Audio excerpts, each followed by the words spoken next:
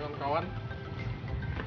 Kali ini di video ini saya akan share pengalaman saya memelihara mobil pertama saya, yaitu Suzuki Scudo tahun 97. Memilih mobil ini sebagai mobil pertama saya, alasan awalnya itu yang utama itu karena istri saya membuka praktek bidan. Waktu itu ada pasien yang ketika pulang atau harus dilayani dengan baik secara prima, itu tidak bisa dijemput atau tidak bisa diantar karena tidak ada kendaraan. Nah, dari situ saya memulai ide, pikiran, memang harusnya saya memiliki mobil untuk operasional. Alasan kedua saya memilih mobil ini untuk operasional dan mobil keluarga, alasannya karena modelnya yang kata orang-orang itu timeless atau tidak lekang dengan zaman. Itu dia, karena dari segi lekukan tegas ini memperlihatkan gaya yang maskulin atau macho begitu, gagah. Tiga, alasannya juga perawatannya yang mudah. Kata rekan-rekan yang terdahulu punya mobil, perawatannya itu lebih simpel dan mesinnya bandel. Nah, untuk mobil ini setelah saya beli itu tampilannya tidak seperti ini sebelumnya. Dia mobil ini bannya kecil, ukurannya kalau tidak salah saya 205/65 R15, lebih kecil dari ban yang ini, jadi dia kelihatan rendah. Untuk ban saya ubah menjadi ukuran 235/75, itu untuk saya mendongkrak, saya mengangkat ground clearance-nya yang awalnya mungkin hanya segini, bisa naik ya ground clearance-nya. Saya juga menambahkan peninggi di mobil ini, suspensi ya, peninggi suspensi. Depan ini ditinggikan, diganjal 5 cm, yang belakang 7 cm. Tadi supaya membantu selain dari ban, dari ganjalan ini juga untuk menambah ground clearance, jadi semakin tinggi dan semakin gagah kelihatannya. Mengapa saya tinggikan? Karena perjalanan kami tidak hanya di aspal saja, tapi kadang di jalan-jalan semi off-road, bahkan off-road juga pernah mobil ini jalani. Pernah juga hampir amblas karena kondisi jalannya tidak aspal semua. Ini ruangan mesinnya, ini masih menggunakan mesin standar G16A 1600 cc. Tidak ada perubahan di sini, hanya saya menambahkan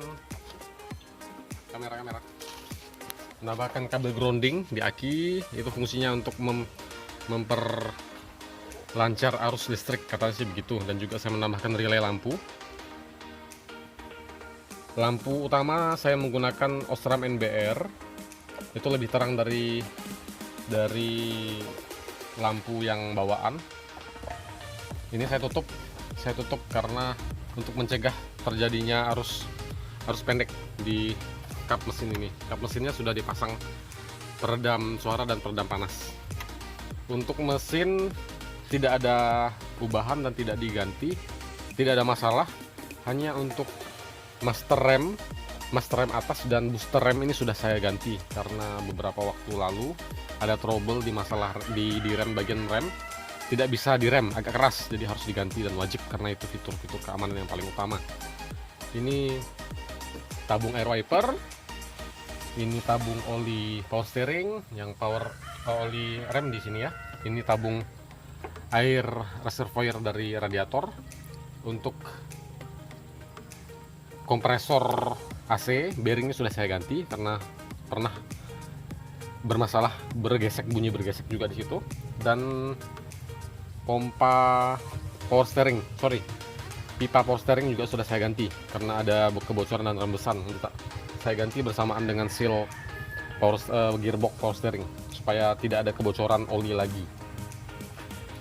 Modifikasi yang sedikit saya tambahkan di mobil ini, yaitu saya ganti ban standar menjadi ban yang lebih besar dari yang standar. Saya beri peninggi depan belakang, ini peninggi shock, dan juga shock belakang saya ganti dengan merek Kayaba Heavy Duty yang panjangnya 60 cm supaya bisa menyeimbangkan ganjal per standar dengan soknya.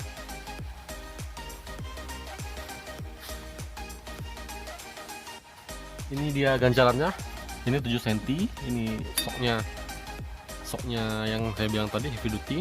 Lalu di arm belakang, arm A itu saya ganjal set DVD dan kaset yang pita, lalu saya ubah menjadi yang touchscreen.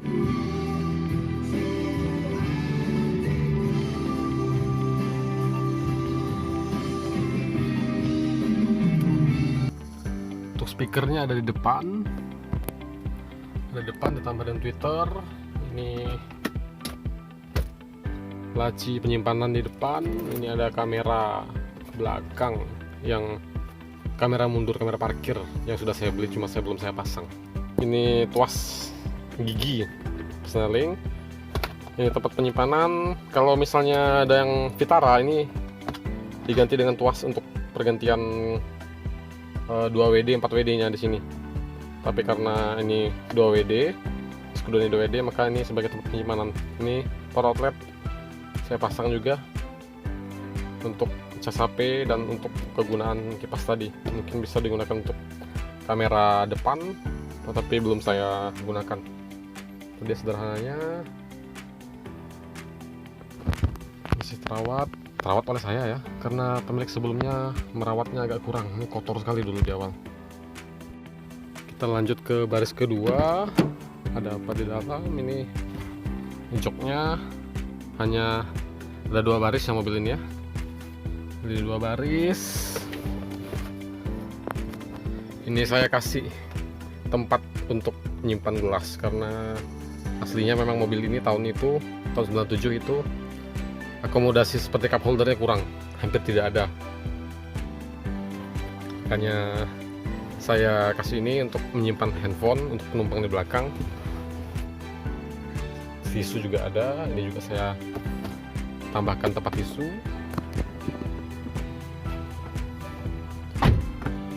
Kalau untuk ukuran saya agak sempit, tapi cukup ini, cukup jarak kakinya. Di samping ini ada handrest, kecil handrestnya, cuma lumayan lah untuk mobil tahun 97. Ini tampilan dashboardnya.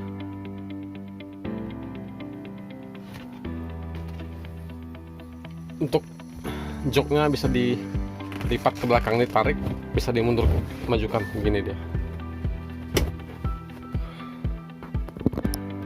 Oke, kita lanjut ke bagasi.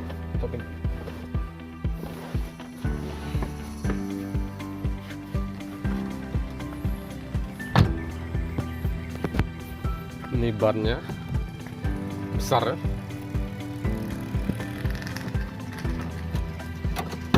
Ini agak berat karena pintunya menggendong ban yang besar. Ini belakang bagasi, ruang bagasi, ada speaker. Ini toolbox sama payung. Lumayan untuk ukuran bagasi, bisa 3 koper atau 2 kotak besar masuk sini ya. Nah, karena ruang bagasinya tidak terlalu besar, maka saya mengakalinya dengan memasang roof rack. Ini roof racknya sangat berguna, karena ada beberapa barang yang mungkin saya bawa itu seperti durian contohnya, itu bau sekali kan kalau kita taruh di dalam mobil kan. Saya taruh di atas, atau ketika beli pipa saya ikat di atas ini. Ini berguna sekali untuk bagasi cadangan. Ini rencananya kalau ada dana, kedepannya akan saya bangun lagi mobil ini. Saya ganti bumpernya menjadi bumper yang mode ARB atau model besi itu. Ada kawan-kawan yang ingin membeli mobil dengan dana terbatas, tidak bisa membeli mobil baru, sehingga mau tidak mau membeli mobil yang bekas ya. Maka saya menyarankan, yaitu ketika ingin membeli mobil, Anda harus membawa mekanik kepercayaan Anda, ya, kepercayaan kawan-kawan maksud saya, yang bisa melihat kondisi mobil itu. Dari segi mesin kita harus lihat apakah ada rembesan-rembesan di mesinnya, lalu apakah ada bunyi-bunyi yang tidak normal, tidak wajar. Seperti yang mobil ini ketika saya ingin membeli, saya cek dulu mesinnya. Tidak ada rembesan di bagian atas, di bagian bawah, tidak menetes oli samping. Oli samping itu sepeda motor ya. Oli mesin, oli power steering mungkin, oli rem itu tidak ada tetesan, karena tetesan itu berbahaya. Kalau rembesan masih oke lah ya, tapi kalau udah tetesan itu berbahaya. Lalu juga kelistrikannya normal apa tidak, fungsi-fungsi tombol-tombol di dalam kabinnya normal apa tidak. Selanjutnya lihat di kaki-kaki, apakah tie rodnya goyang, link stabilnya goyang, lalu juga shocknya baik apa tidak. Itu bisa dideteksi kalau kita pakai mobilnya, jalankan ke jalan yang agak jelek. Kalau misalnya ada bunyi yang kelontang-kelontang, kling-kling, nah itu perlu diwaspadai. Dan juga itu bisa mempengaruhi harga beli ketika kita membeli mobil itu. Kalau misalnya kita ingin membeli mobil itu, perhatikan juga chassis, rangka, bodi, apakah ada karat, apakah ada patahan. Itu juga berpengaruh, sangat-sangat fatal kalau misalnya itu kondisinya tidak baik. Tips dari saya ketika kita ingin membeli mobil bekas, minimal kalau kita ingin membeli mobil dengan harga 70, dijual 70, kita harus menyiapkan budget 80 atau 85. Kelebihan dari itu biasanya digunakan untuk perbaikan seperti tadi, penggantian ban, pergantian oli, seperti yang sudah saya lakukan ketika saya pertama kali membeli mobil ini. Langsung saya ganti oli gardan, oli persneling, oli mesinnya pasti saya ganti juga. Ya, tips dan sharing dari saya. Semoga kawan-kawan yang menonton video ini bisa termotivasi untuk memiliki kendaraan roda 4 impiannya masing-masing ya. Jadi jangan lupa kawan-kawan untuk mendukung saya berkreasi dalam bentuk video di YouTube. Please like, subscribe, dan komen yang positif. Oke, terima kasih.